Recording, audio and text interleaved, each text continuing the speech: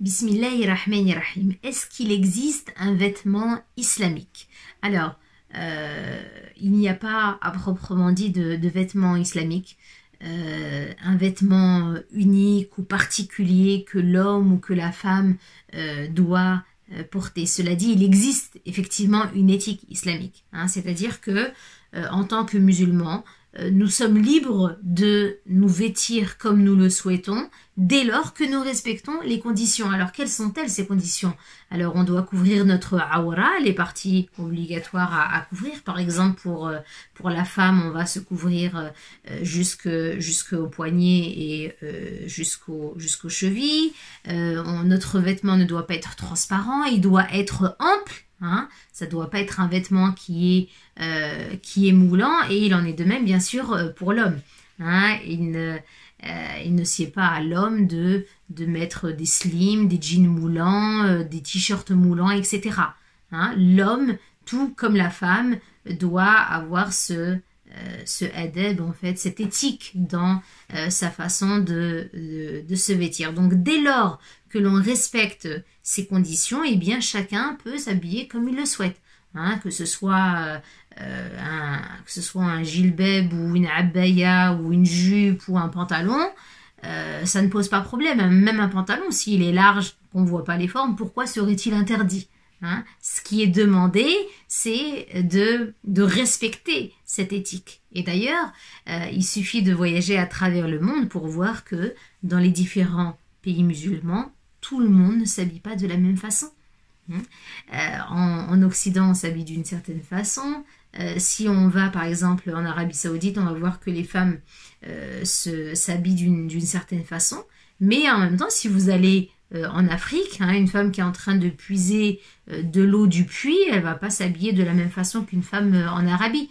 Ils n'ont pas le même quotidien. Imaginez qu'une femme en Afrique en train de puiser de l'eau, elle s'habille comme une femme en Arabie Saoudite. Elle va être vraiment dans la contrainte, dans la gêne. C'est pas du tout adapté à son travail quotidien.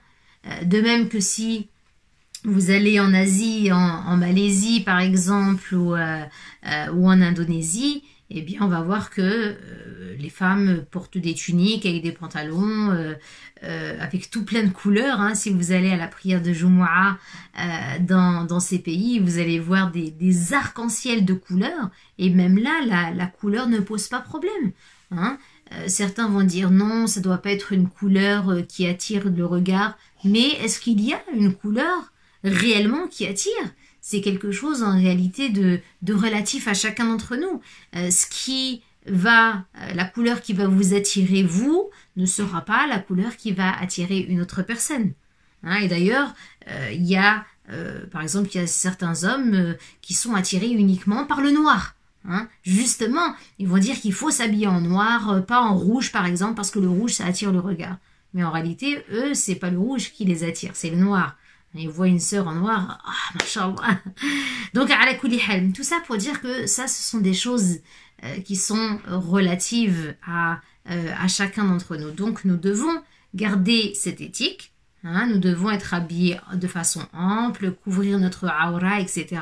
Et peu importe comme nous sommes, la façon dont nous sommes habillés, ce qui compte, c'est justement cette éthique. D'accord? Et d'ailleurs, An-Nabi sallallahu alayhi wa sallam, par exemple, portait un qamis. Mais pourquoi? Tout simplement parce que, à cette époque, dans la péninsule arabique, c'est de cette façon que les hommes s'habillaient, tout simplement. D'ailleurs, même les négateurs de la foi s'habillaient de cette façon. Ça ne veut pas dire qu'ils s'habillaient sunna, comme on le dit.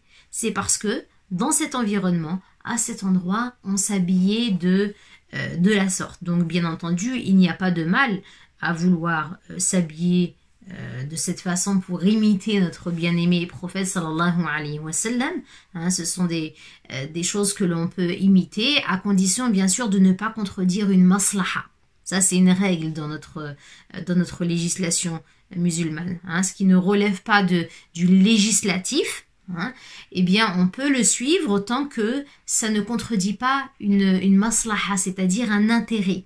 Parce que le problème, c'est que malheureusement, dans la société dans laquelle on vit, eh bien, le fait de s'habiller de la sorte peut marginaliser une personne. C'est-à-dire qu'on va toujours, en fait, on va toujours dire, par exemple, ils veulent pas s'intégrer, ils veulent pas s'adapter, ils veulent toujours se distinguer des autres, etc. Donc, ça peut marginaliser une personne. Et à ce titre, justement, Ibn Taymiyyah, rahimahullah, disait que dans ce contexte occidental, il est recommandé, voire obligatoire, à l'homme de s'habiller comme on s'habille en fait dans le pays, par exemple, ou dans l'environnement dans lequel l'homme est. Hein, justement parce que sinon ça peut contredire un intérêt. Ça peut marginaliser une personne. Imaginez un homme qui se présente, je sais pas, dans une administration avec en qamis, avec sa belle barbe, machallah, etc. Et pour demander, je sais pas, pour demander la location d'une salle ou que sais-je, eh bien, ça risque de bloquer par rapport à une personne qui va s'habiller de façon, on va dire de façon lambda, comme une personne lambda, etc. Hein, on va voir qu'il peut y avoir un petit blocage entre guillemets. Hein. Donc, à la kulli hal, gardez en tête qu'il faut respecter cette éthique. Hein. D'ailleurs, parfois même, on va porter le hijab et on va s'habiller de façon moulante. Quel est l'intérêt de cacher ses cheveux et de montrer le reste du corps? Hein. Donc, il n'y a pas de logique dans cela. En même temps, on peut trouver une femme qui n'est pas voilée et qui s'habille de façon ample, qui est discrète, qui a de la pudeur. Et comme le dit Allah subhanahu wa ta'ala, وَلِبَاسُ التَّقْوَى ذَلِكَ خَيْرٌ. Et le vêtement de la piété, celui-là est meilleur. Barakallahu fikum. Assalamu alaikum wa rahmatullah.